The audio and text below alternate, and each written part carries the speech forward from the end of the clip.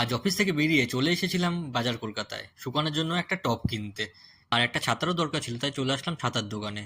এখান থেকে বেশ কিছু ছাতা দেখে একটা পছন্দ করে নিলাম, আর এই ছাতাটা আমি ওর জন্য নিয়েছি। তারপর চলে আসলাম বাড়ির উদ্দেশ্যে, কিন্তু এই রেলগেট পড়ে আছে। তারপর মনে পড়লো মেয়ের জন্য একটা ঝিনুক বাটি কিনতে হবে, তাই ঝিনুক বাটি কিনে সোজা বাড়ি চলে আসলাম। আমার দেখো একটা ছাতার প্রয়োজন ছিল, তার জন্য এই ছাতাটাই এনেছি। যাই হোক, তারপরে বাজার কলকাতায় গেছিল আমার জন্য একটা টপ আনতে।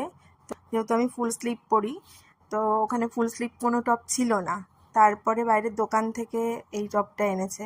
তো টপটা কেমন হয়েছে সেটা অবশ্যই কমেন্ট করে তাহলে জানিও।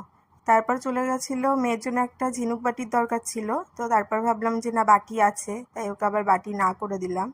তা ঝিনুক এই একটাই নিয়ে এসছে।